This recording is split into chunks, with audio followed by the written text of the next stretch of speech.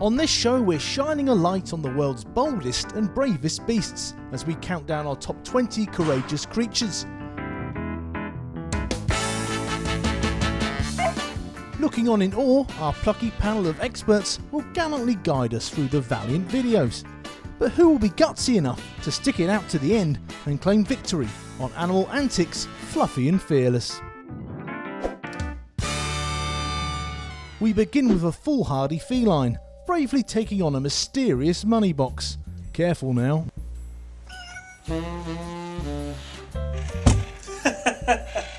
Curiosity nearly killed the cat, look at that.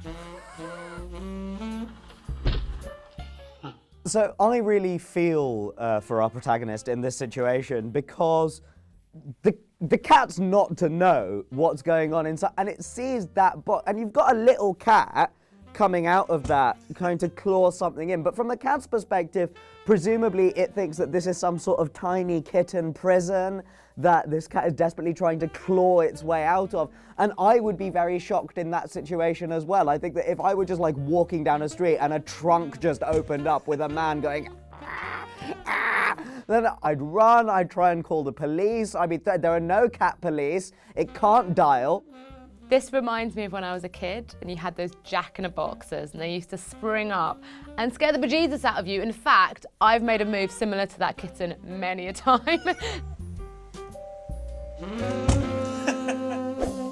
Off to the UK next, where we meet an inquisitive seal, fearlessly approaching a paddleboarder.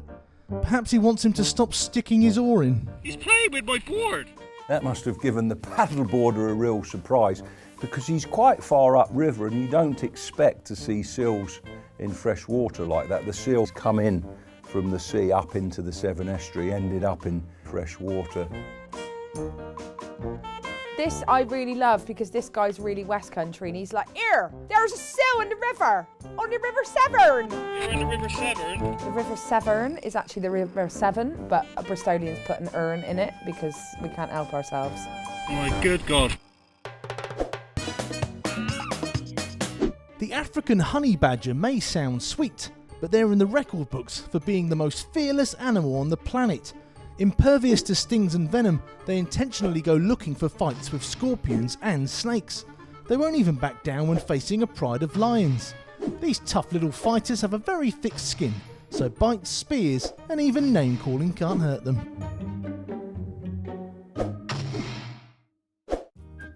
Our countdown continues at number 18, with a confident cockatoo who's fighting back on behalf of all birds. Yeah, you better run. Get him. If you have a parrot and a cat, people assume that, you know, the cat and a bird, the cat would eat the bird. No, the parrot would scare your cat to death. It's just like the way it is. They have beaks and they are not afraid to get all puffy and be like, I'm a big bird.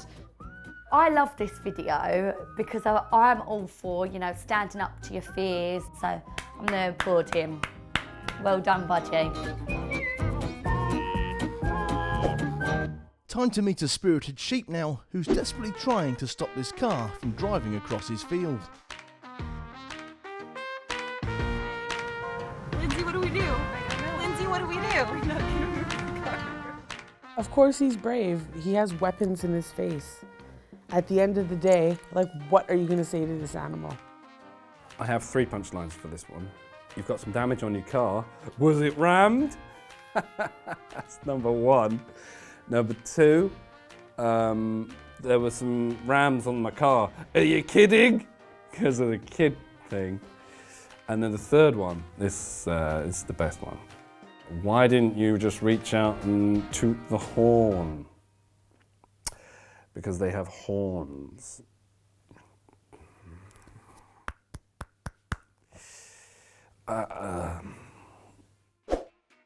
At number 16 on our countdown is a cocky crow who's all in a flap. I don't mean to stick my beak in, but it looks to me like he's planning on hounding these trespassers out of his territory.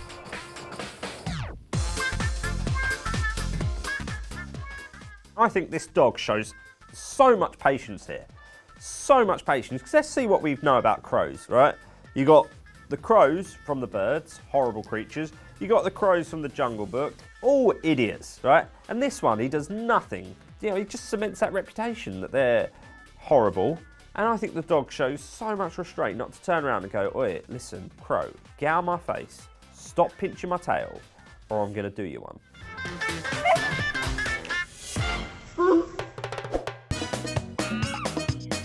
The bravest thing I've probably ever done with animals, I had to feed some lions when I went to the zoo and did a bit of a training course there, which was really exciting, obviously. And you have a big piece of meat on a stick, and you stand up and they come right up against you, and then they jump up against the fence that you're on, and they really do scare you a lot. But the scariest part of that was when I went to step backwards in the cage, I noticed there was another lion behind me, and the zookeeper told me they do that. It's their way of stalking you.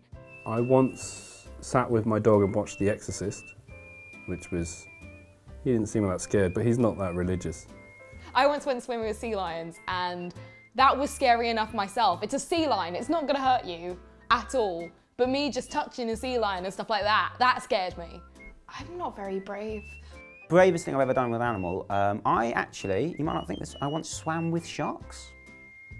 I say sharks, they were sea monkeys, but, you know, pretty brave. I'm glad I was in a cage, basically, because it got pretty rough.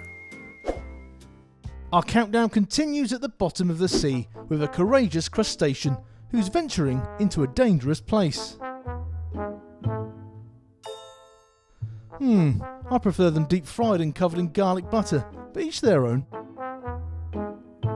That's the perfect animal to have your teeth cleaned by. I really hate flossing, and I can't get myself to do it, but with those long antennae and those big legs, get a cleaner shrimp in your mouth and it's actually going to clean right in between your teeth. I've often wondered about going diving. I've never wondered about taking my snorkel off and letting a shrimp into my mouth.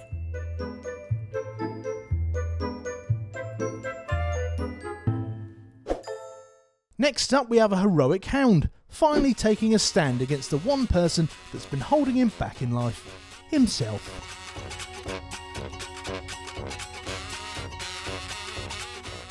I love it when dogs look in mirrors, it's so cute. And they're just like, what? And then some of them like run away and then come back, but this puppy's like, what? I love it. Whereas Pudsey just sits there and he's like, yeah, I know, that's me, I'm good looking.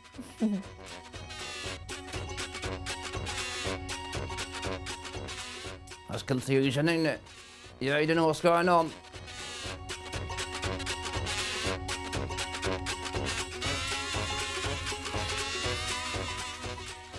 Yeah, that's scary.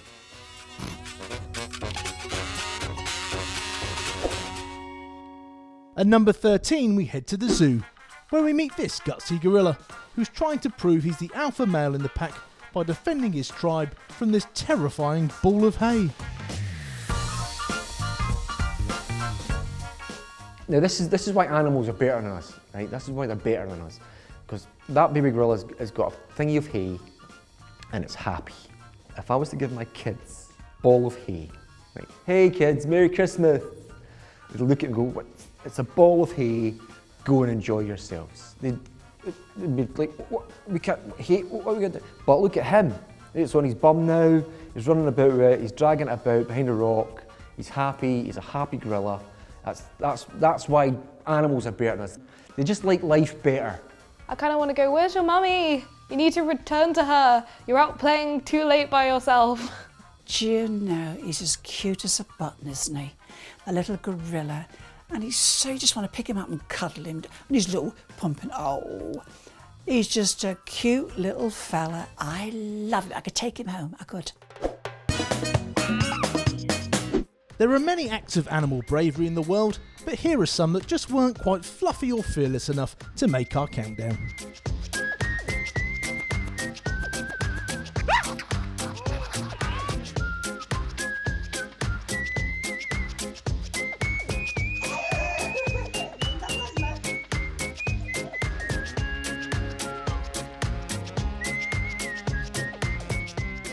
Don't worry, they're a spirited bunch. They'll get over it.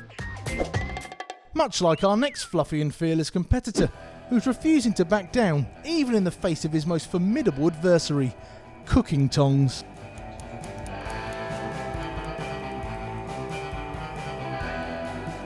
Leave him alone. Leave him alone. I don't think that dog's afraid of tongs. I just think anyone who goes tick, tick, tick to your face, you're going to be like that. Yeah, I think I'd be pretty scared if someone came at me with a pair of metal things. What are you doing? Get the tongs out of my face. Susan! I'm not a sausage dog. Thank you very much. At number 11 on our countdown is a tenacious character who never backs down from a challenge. He faces it head on. This ninja squirrel is so tenacious, he's never going to get up. He's going to try and try again. He wants to spread himself just in case he can get that hat or whatever it is, the cone. And then it's like, I want to play tennis. Oh, it's badminton. Where's the shuttlecock? Oh, I think I'll try again. But I'm not going to stop. I'm never going to give up. I'm a squirrel. But this is a fluffy and fearless squirrel. He was never going to take his failure lying down.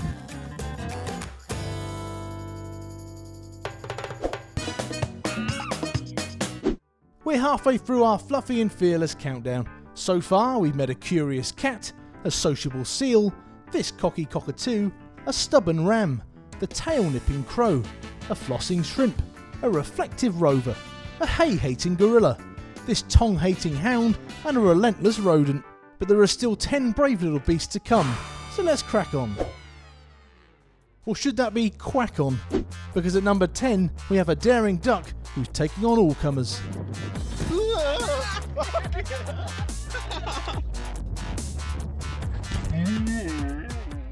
Mallards are the archetypal duck that everybody likes to feed. You go to your local park, you throw some food to the mallards. And what's happened here is this mallard is used to being fed by humans. Probably they wind the window down, throw some grain or throw some bread out. And this is a mallard that's hungry and angry because they've wound the window down and it hasn't got any food. So it's like, oi, where's me lunch? Where's me dinner? Come on, give me some food. And it's not had any joy, so it's tried to jump in and help itself. The obvious mistake here is if you're going to say quack, quack, quack to a duck, it's bound to be upset because that's really very offensive in their culture.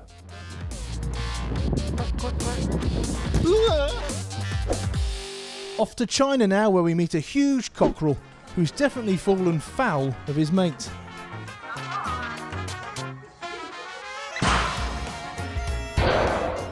Be interested to know how long he actually stays there. He strikes me as the kind of lad who wouldn't back down first.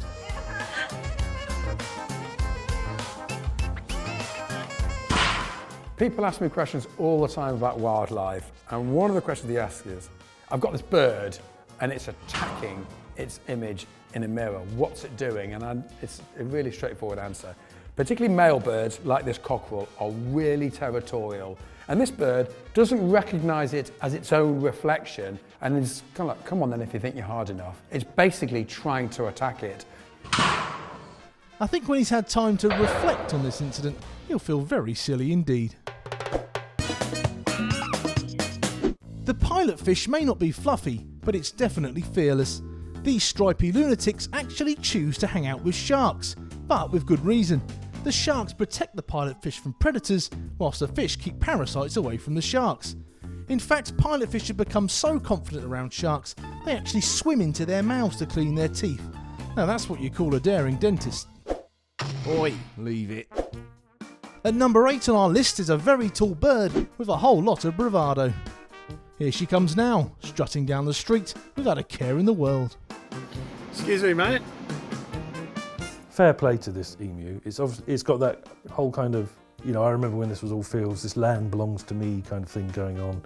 It's just walking where it wants to, you know, and this guy's saying, get out of my road, as if, you know, as if he owns it. And the emu's going, no, I was here first. You know, my people were here first. Respect us. Excuse me, mate. The emus creep me out. It looks like something a 3-year-old's doodled that's come to life.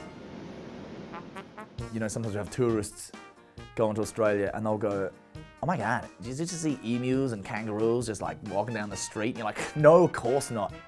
Oh yeah, you do actually, yeah. Yep, they're everywhere. We've got another brave pup now, fearlessly making sure that this terrifying toy doesn't cause any trouble. Whenever I see puppies, I just fall in love with them. I don't even care what breed they are. They're just the most adorable things ever. This puppy is the most cutest puppy ever. It's so sweet. I love it. I want that puppy.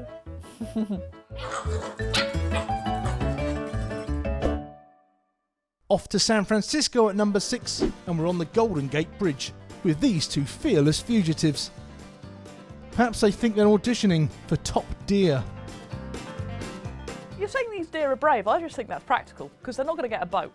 How else would you get across? So obviously, to be fair to them, they're using the slow lane. So they're not getting in traffic's way. They're obeying the highway code. I see no problem with this at all. They're having an argument. One's turning to the other and they're saying, remember earlier when I said, if you're lost, let's stop and ask for direction? It's like, we don't need to stop and ask for direction. This is the way we always come. It's not the way you always come, is it? Because you're on a bridge. Right, listen, Barbara. Don't Barbara me, right? You should have stopped and asked for directions. What a honeymoon this is turning out to be. 15 clips have sailed by and there are just 5 remaining. But which one of these adventurous animals will come out on top? At number 5 we're off to China, where a full-scale rescue attempt is underway to save this kitty, who's climbed far too high up this building.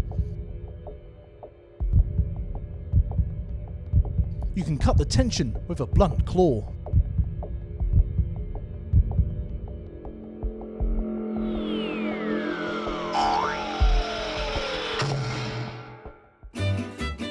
A cat can do that, and yet the other day I tripped over my own feet and smashed my face into my oven door. Like, I genuinely don't get evolution. I don't know how we're at the top when that's not. This is typical cat behaviour. They've got out there and then they can't get back down again. And there's a crowd of people worrying about the cat and the cat's like, what's the problem? Just gonna jump. Actually, the most impressive thing about this video is not the cat jumping off, but the fact that actually the whole thing was staged by cats. Filmed, directed, choreographed. It's even they switched to a stunt cat actually halfway through.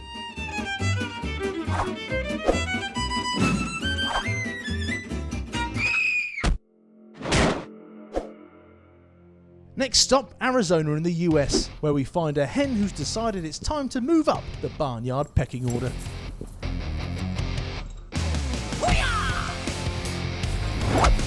This is why the internet was invented.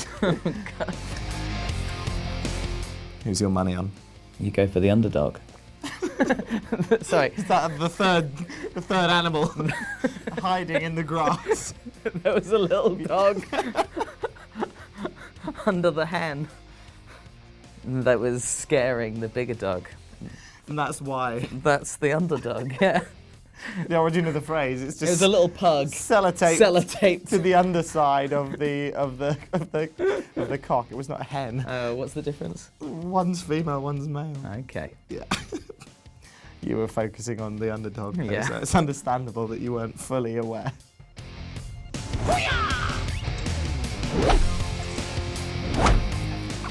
Yeah, I didn't like this. She's clearly egging him on.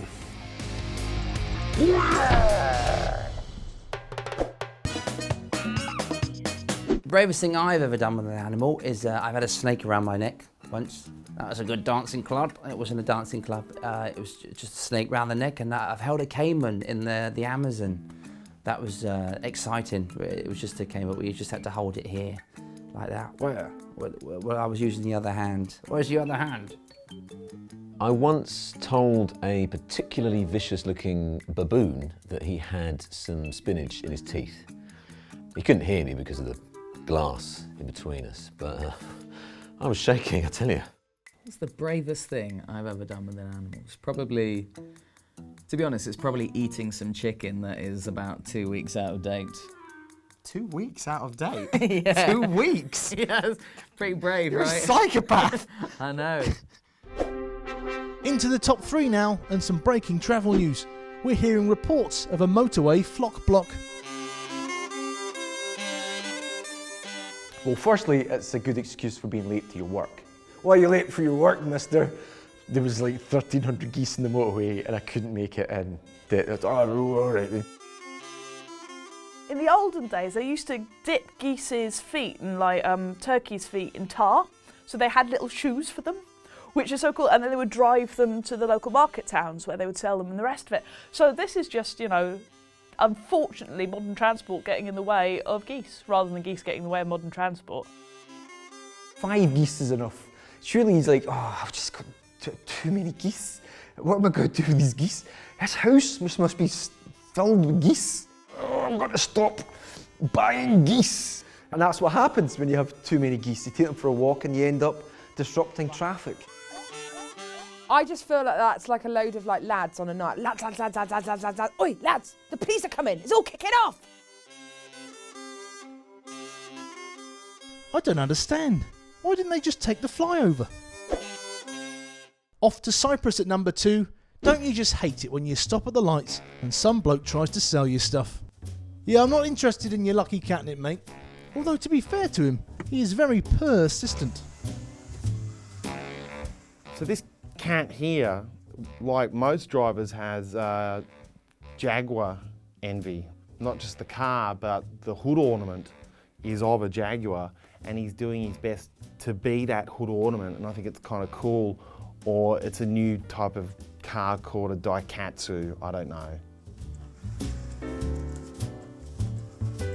He clearly doesn't know what on earth is going on. But then there's a moment when you feel like it's a little Marty McFly in Back to the Future, maybe feeling like it's on a bit of a hoverboard, maybe just enjoying the cruise. And then definitely you can see a moment of terror there and he just wants to get off.